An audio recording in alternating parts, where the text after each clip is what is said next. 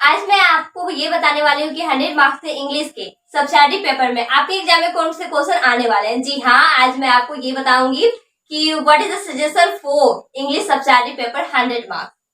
This video is only for Munger University because this video is related to 21 to 24 session.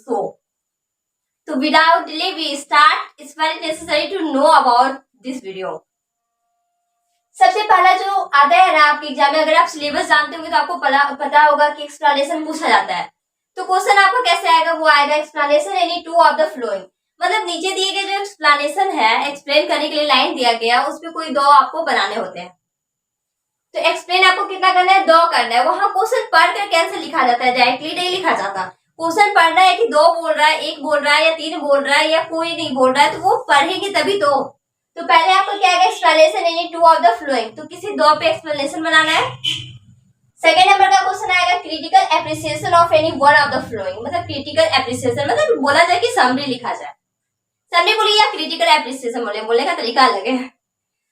उसमें मैंने 4 collect किया है, जिसमें कि आपको चारों के चारों रिमेम्बर करके जाने हैं और तैयारी करके जाना है उसका। फर्स्ट है लंदन, सेकेंड है पुअर सोल्जर सेंटर, थर्ड है आपका हंगर एंड फोर्थ है आपका natural tones. This is very important to know who belongs to 100 marks subsidiary paper English. तो लंदन तैयारी करेंगे आप, पुअर सोल्जर सेंटर, हंगर और नेचुरल टॉन्स, इन चारों के चारों को आपको प्रिपेयर कर लेना है। नेक्स्ट है आपका समराइज द आइडियाज।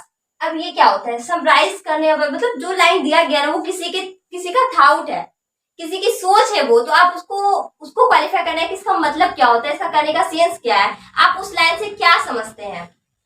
यहाँ पे मैंने 4 लिया है, 4 बहुत ज्यादा मतलब इंपॉर्टेंट है। सो पहला है आपका work being solace, unity amidst at diversity, how free is the press, annihilation of cast.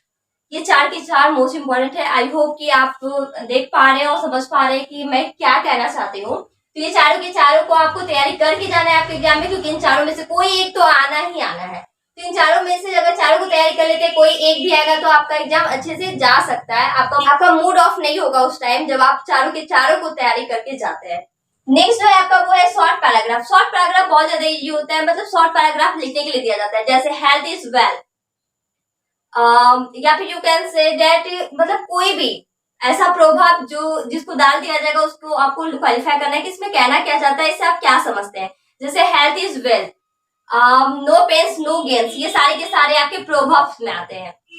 तो शॉर्ट पैराग्राफ का कोई क्लू नहीं निकलता है, क्योंकि बहुत ज्यादा है हमारे इंग्लिश में, बहुत ज्यादा ये शॉर्ट नोट्स मतलब पैराग्राफ आते हैं, ऐसे आते हैं, प्रभाव आते हैं। तो उन सब में से जो भी एग्जामिनर का मन करेगा वो डाल दिया जाएगा।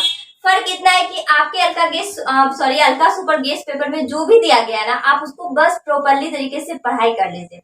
एक बार अगर आप उसको रीडिंग दे देते हैं ना, तो आप समझ जाएंगे कि बंदा कहने का मतलब क्या है। जैसे हेल्थ इज वेल्थ, स्वास्थ्य की धन है, ये समझ में आ गया। तो इससे आपको क्रिएट करना है माइंड में, मतलब बनाते जाना है। इसका हिंदी ये होगा, उसके बाद उसको ट्रांसलेट करके लिख देना है। नो पेन्स नो गेन्स, बिना सेवा मेवा नहीं होता, मतलब बिना कठिन परिश्रम के कोई फल ही नहीं प्राप्त होता। बिल्कुल सही बात है। तो ये कब होगा, जब आप सेल्फ से स्टडी करते हैं तब। फिर है आपका read the passage and give the suitable title. मतलब नीचे दिए गए जो पैसेज उसको पढ़ करके उसको सुटेबल टाइटल देना, और क्वेश्चन आंसर भी पूछा जाता है उससे। जी हाँ, जो भी आपका पैराग्राफ दिया रहेगा ना, उसी से क्वेश्चन नीचे का लिखा हुआ रहता है, उसी से नीचे क्वेश्चन रिपीट करता है, उसी से पूछता है।